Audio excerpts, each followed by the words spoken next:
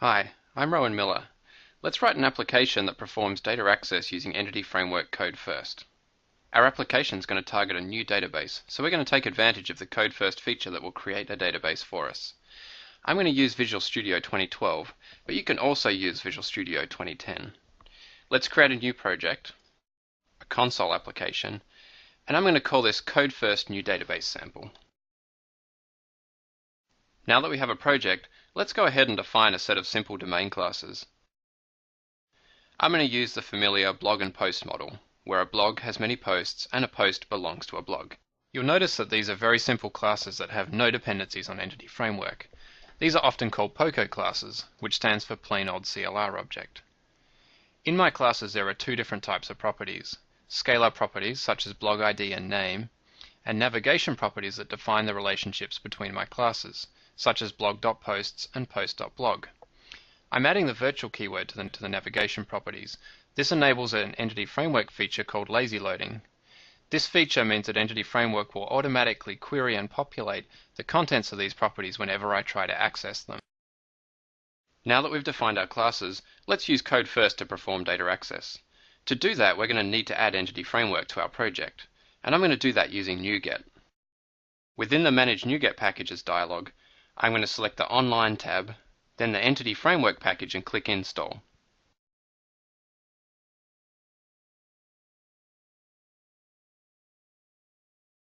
Now that we have Entity Framework in our project, we can go ahead and define a derived context. We're going to call ours blog context. This context derives from the DB context type, which is a base type from Entity Framework.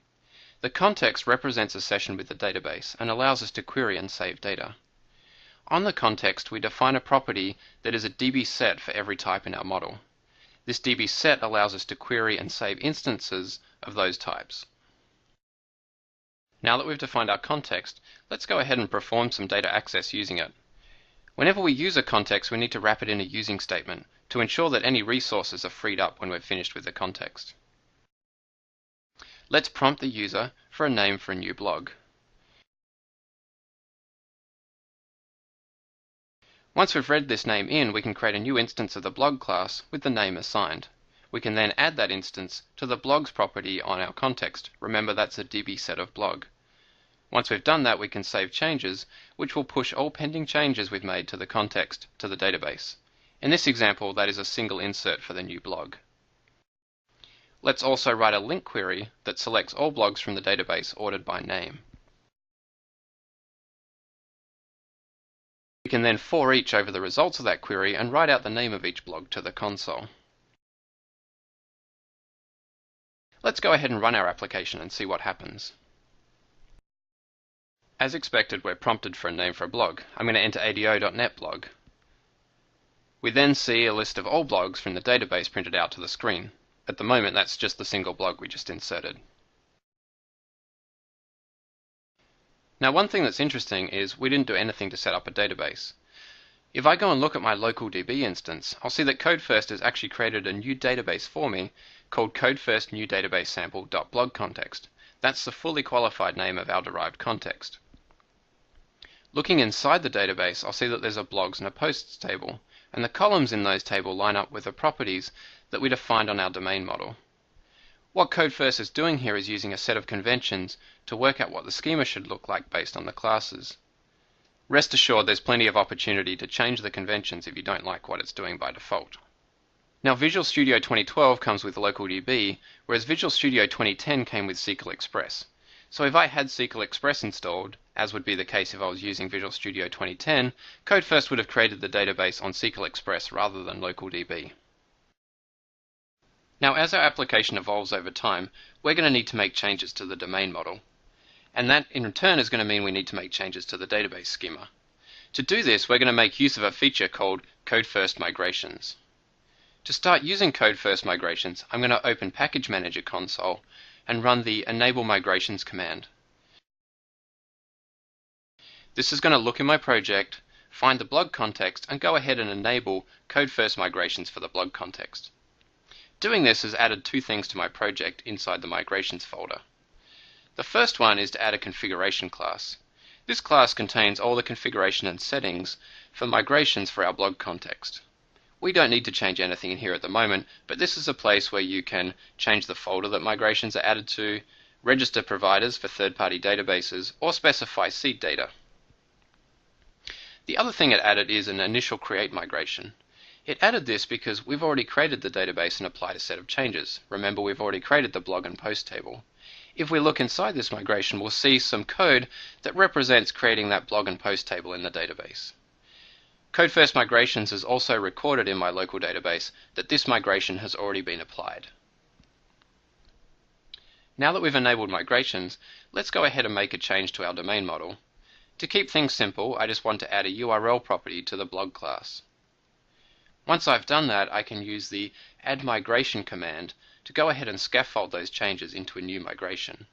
Add migration allows me to give a name to the migration. When I run this command, I'll see that a new migration appears in the migrations folder and is open for me to view. If I open this new migration, I'll see some simple code that has an upgrade and a downgrade method that says to add the URL column on the way up and to drop it on the way down.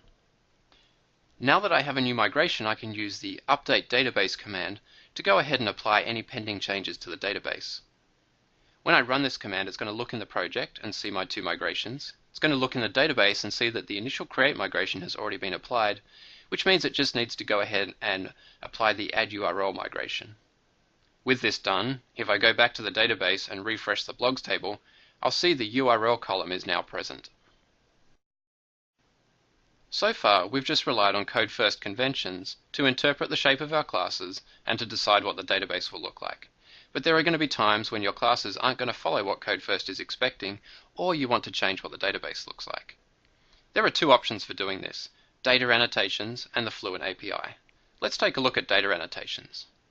I'm going to go ahead and add a user class to my model.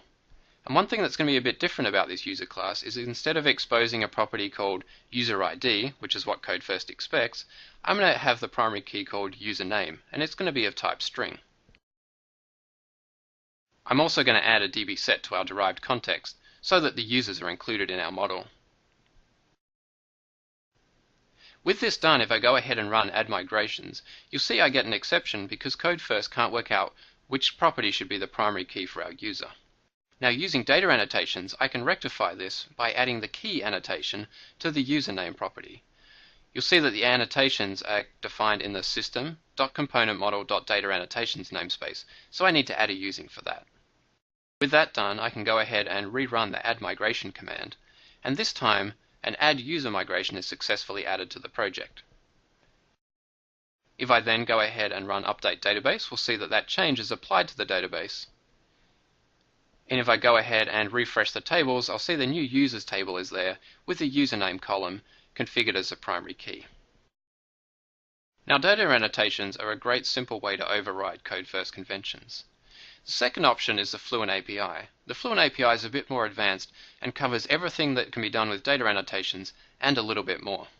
To explore the Fluent API, let's say that we want to change the column that the display name property of users is mapped to be called display_name. To use the Fluent API, I override the onModelCreating method inside our derived DB context. I start by identifying the entity that I want to configure. In our case, that's user, and from here I'm going to identify that I want to configure the display name property. Now, there are lots of things I can configure for this property, but I want to change the column name that it's mapped to, and change it to display_name. With that done, I can go ahead and add a migration. You'll see here the up method renames the display name column to display_name, and the down method renames it back the other way. Let's use update database to apply those changes. And then refreshing the columns in the users table, I can see the display name column has been renamed. So far, we've seen how to create a CodeFirst model, how to have a database created from that model, and then how to change that database using CodeFirst migrations as our CodeFirst model changes over time. We then saw how to override the conventions that CodeFirst has using both data annotations and the Fluent API.